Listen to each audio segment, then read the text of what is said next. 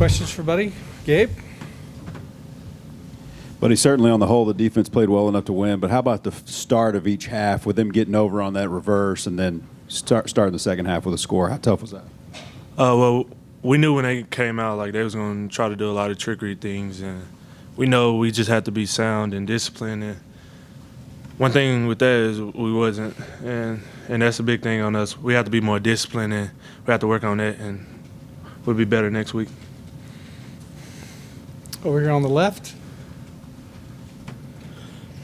But I know for the longest time through three quarters, the offense wasn't doing much, and they finally were able to score a touchdown and make it 21-10.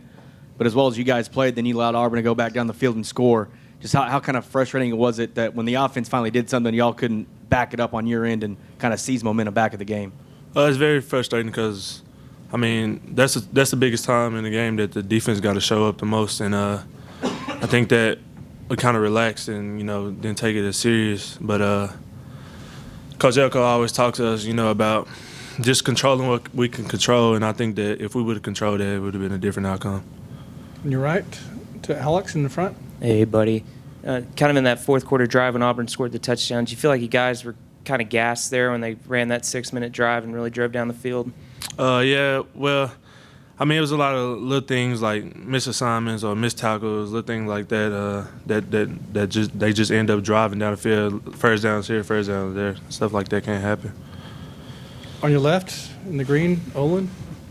Yeah, buddy. Did the threat, I guess, for lack of a better word, of Bo Nix, the quarterback running the football, was that a problem? Did it pose any problems for you? Do you think? No, Bo Nix, he's a great player, and I think he's going to be a great quarterback in this league. And I think he did a good job, but most of the times we was there showing up. He did what he had to do, and credit to Auburn. They made plays when they needed to. In the front, to Travis, right here. On some of those plays with the trick plays and some of the misdirection, when they were able to have success on that, was that more schematically you didn't feel like y'all were in the right place, or was that kind of the eye violations and just not staying at home? Most definitely eye violations. Like I said, discipline. Coach Fisher always talks to us about eye discipline and, having your eyes where they need to be. And I just feel like on a couple trick plays that didn't happen, we got to work on that. Let's go over to the right to Gabe. What do you remember about that red zone touchdown when they brought number 1 in, Gatewood, and he was wide open, the tight end?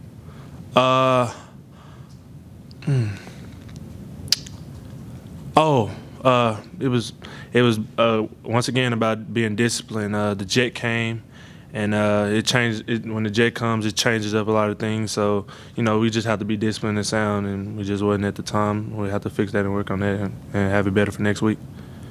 We'll wrap it up with Brent here in the middle.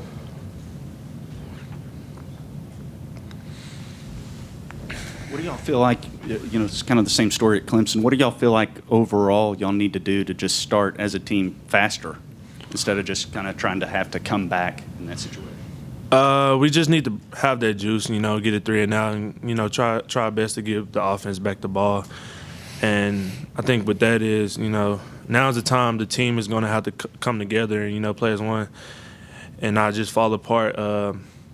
I think that, starting fast is a big thing for us. If we start fast, then, Coach Fisher always say, dang, I can't remember. He say so many lines, but he says your habits come straight to surface or something like that. But I just know that he says, we got to start fast, and we got to he says pressure busts pipes, so we got to put pressures on the other team. And, if we do that, then, it'll get them out their comfort zone, and we'll be on top. One more, all the way in the back to Daryl on TV row. Buddy, can you talk about putting this behind you, getting ready for Arkansas next week, and learning from what happened today and what happened in Clemson? Most definitely. We have to look at the film and correct the mistakes and move on. But at the same time, this is a learning curve for us. We have to look and, see where we're at and, just make sure guys come to practice and, take everything serious. We have to have a great week of preparation, and we know Arkansas is a good team, and they do a lot of schemes here and there, and we're going to have to be ready for it.